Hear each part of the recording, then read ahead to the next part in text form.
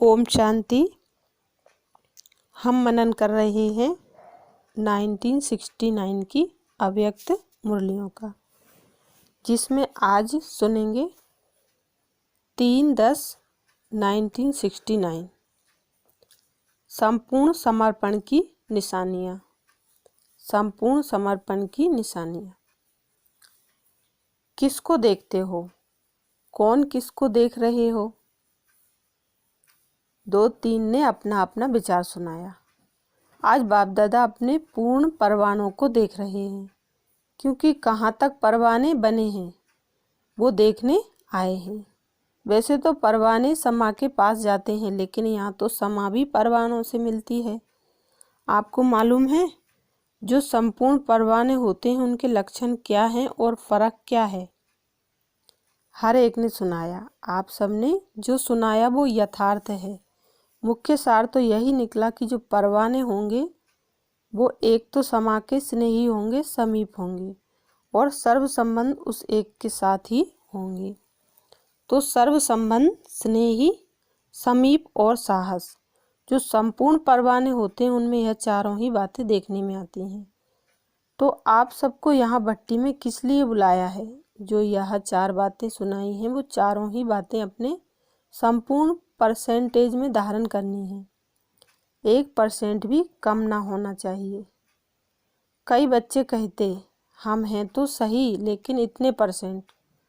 तो जिनमें % की कमी हो गई तो उनको संपूर्ण परवाना नहीं कहेंगे।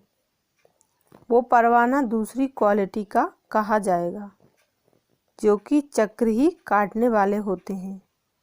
एक होते हैं शीघ्र एक ही बार समा पर फिदा होने वाले। दूसरे होते हैं सोच समझकर कदम उठाने वाले। तो जो सोच समझकर कदम उठाते रहेंगे उनको कहेंगे फेरी पहनने वाले, चक्र काटने वाले। तो दूसरी क्वालिटी वाले परवाने कई प्रकार के संकल्पों, विघ्नों और कर्मों में ही चक्र काटते रहते हैं। तो आज पांडव सेना को भट्टी में बुलाया है। कहीं पर भी कोई फैक्ट्री होती है तो जो बढ़िया फैक्ट्री होती है उसकी छाप लगती है। अगर उस फैक्ट्री की छाप नहीं होती है तो वो चीज़ इतनी नहीं चलती है। इस रीति आप भी जो भट्टी में आए हो तो यहाँ भी छाप लगाने के लिए आए हो। ट्रेडमार्क होता है ना। आप फिर कौन सी छाप लगवाने लिए आए हो? संपूर्ण सरेंडर या संपूर्ण समर्पण का छापा। अगर नहीं लगा तो मालूम है कि क्या होगा। जैसे छापा न लगी चीज़ की वैल्यू कम होती जाती है, उसी रीति से आप आत्माओं की भी स्वर्ग में वैल्यू कम हो जाएगी। तो अपनी राजधानी में समीप आने के लिए यह छापा लगाना ही पड़ेगा। माताओं को तो नष्ट मोह का मंत्र मिला और पांडव सेना को संपूर्ण समर्पण का। पांडवों का ही गायन है कि गलकर खत्म हो गए। पहाड़ों पर नहीं, लेकिन ऊंची स्थिति में गल गए। नीचाई से बिल्कुल ऊपर जो अव्यक्त स्थिति है उसमें गल गए, अर्थात उस अव्यक्त स्थिति में संपूर्णता को प्राप्त हुए। यह पांडवों का यादगार भी है। उस यादगार की याद दिलाने और प्रैक्टिकल में लाने के लिए भट्टी मिली है। संपूर्ण समर्पण किसको कहा जाता है? जो संपूर्ण समर्पण अर्थात तन, मन, धन और संबंध, समय सब में अर्पण। अगर मन को समर्पण कर दिया तो मन को बिना श्रीमत के यूज नहीं कर सकते। धन को भी श्रीमत से यूज करना तो सहज है, तन को भी यूज करना सहज है, लेकिन मन सिवाय श्रीमत के एक भी संकल्प उत्पन्न नहीं करे। इस स्थिति को कहा जाता है संपूर्ण समर्पण। इसलिए ही मन मनाभाव का मुख्य मंत्र है।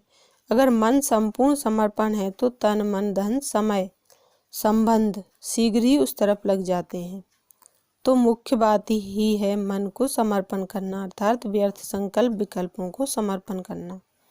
वो ही परख है संपूर्ण परवाने की। संपूर्ण समर्पण वालों को मन में सिवाय उनके बाप दादा के गुण, कर्तव्य और संबंध के कुछ और सूझता ही नहीं। अब बताओ कि ऐसा छापा लगाया हुआ है जैसे आजकल के ज़माने में आप लोग जब दफ्तरों में काम करते हो तो कभी कभी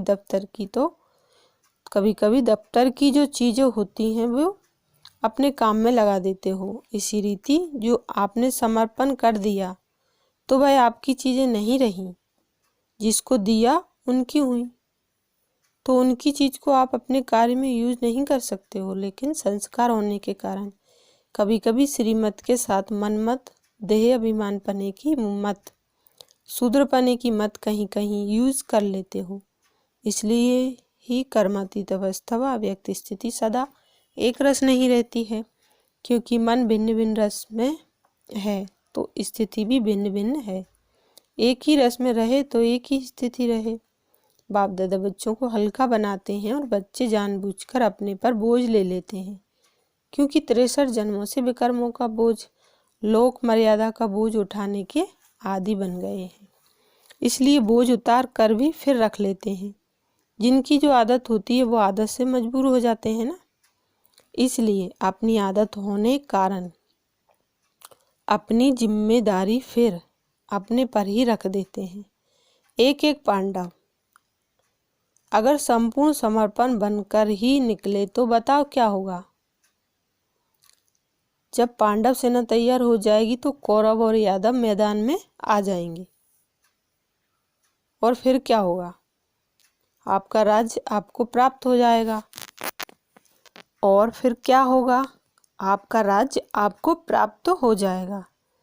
जब तक यह वादा नहीं किया कि जो सोचेंगे, बोलेंगे, जो सुनेंगे, जो करेंगे सो श्रीमत के बिना कुछ नहीं करेंगे, तब तक इस भट्टी से लाभ नहीं ले सकते हैं। ऐसा ही उमंग उत्साह लेकर आए हो ना, कुछ बनकर ही निकलेंगे, बदल कर ही निकलेंगे। यह सोचकर आए हो ना, घबराहट तो नहीं होती है। जितना जितना गहराई में जाएंगे उतना ही घबराहट गायब हो जाएगी। जब तक किसी भी बात की गहराई में नहीं जाते हैं तो घबराहट आती है। जैसे सागर के ऊपर ऊपर की लहरों में घबराहट होती है, लेकिन सागर के तले में गहराई में क्या होता है, बिल्कुल शांत, और शांत के साथ प्राप्ति भी होती है। इसलिए जब भी कोई घबराहट की बात आए तो गहराई में चले जाना, तो घबराहट गायब हो जाएगी। अब लक्ष्य और लक्षण कौन से धारण करने हैं, इसमें जो नंबर 1 होंगे उनको क्या देंगे, भविष्य में तो राजधानी लेंगे ही, लेकिन यहाँ भी सौगात मिलेगी। इसलिए हर एक यही प्रयत्न करे कि हम तो नंबर 1 में आएंगे, तो नंबर वाले को नहीं मिलेगा, 2 नंबर वाले को नहीं मिलेगा। जो विन करेंगे वो 1 नंबर में पाएंगे। विन करने की कोशिश करो तो 1 बन जाएंगे। अच्छा, आपको बिंदी लगाना है, वह बिंदी रूप ही हो। टीके कितने प्रकार के होते हैं, आज आपको डबल टीका लगाते हैं, संगम पर निरोगी बनने का और भविष्य में राजभाग का। बिंदी रूप की स्मृति रखने के लिए बिंदी लगाते हो, बिंदी लगाते लगाते बिंदी बन जाएंगे। कोई भी व्यर्थ संकल्प आए तो उनको बिंदी लगा दो तो बिंदी बन जाएंगे। ओम शांति।